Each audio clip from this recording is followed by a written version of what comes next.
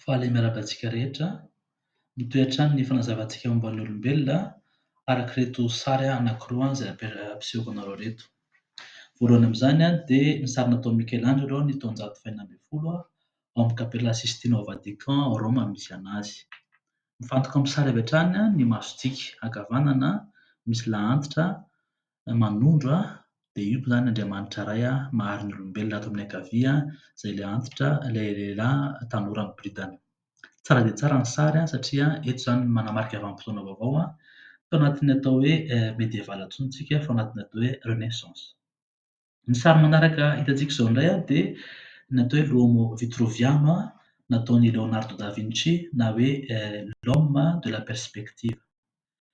Ny boribory hitantsika amin'ny sary dia manambara ny univers, ny karekarena ny efajoro dia manambara ny tany. Ao ampovoan'izay ny olombelona. Ny olombelona dia natao mifanaraka amin'ny tany sy ny univers. Eto izany tsisy Andriamanitra bahary fa ny olombelona dia arak'izay hoe natao sehatra anazy ny tany sy ny univers. Dia misy soratra koa manaraka hatramin'ny farany dia misy fanontaniana kely aloha misy arahana ho anao mifanaraka ve ny sary voalohany sy ny faharoa. Raha hoenao hoe mifanaraka mifameno dia A no ataonao amin'ny commentaire. Raha ohatra ianao hoe mifanipaka dia B. Ataoko amin'ny fomba hafa ny siansa sy ny finoana ve dia afaka miaraka tsara. Andriamanitra tsy manampy izay tsy manampy ny tenany sa mifanipaka toy ny sakamalao sy havozo hangano ny foronina, ny finoana sy ny fivavahana fa ny siansa ny fanantenana ny olona.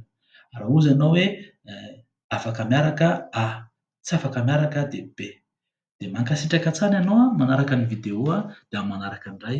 Dia veloma tompoko.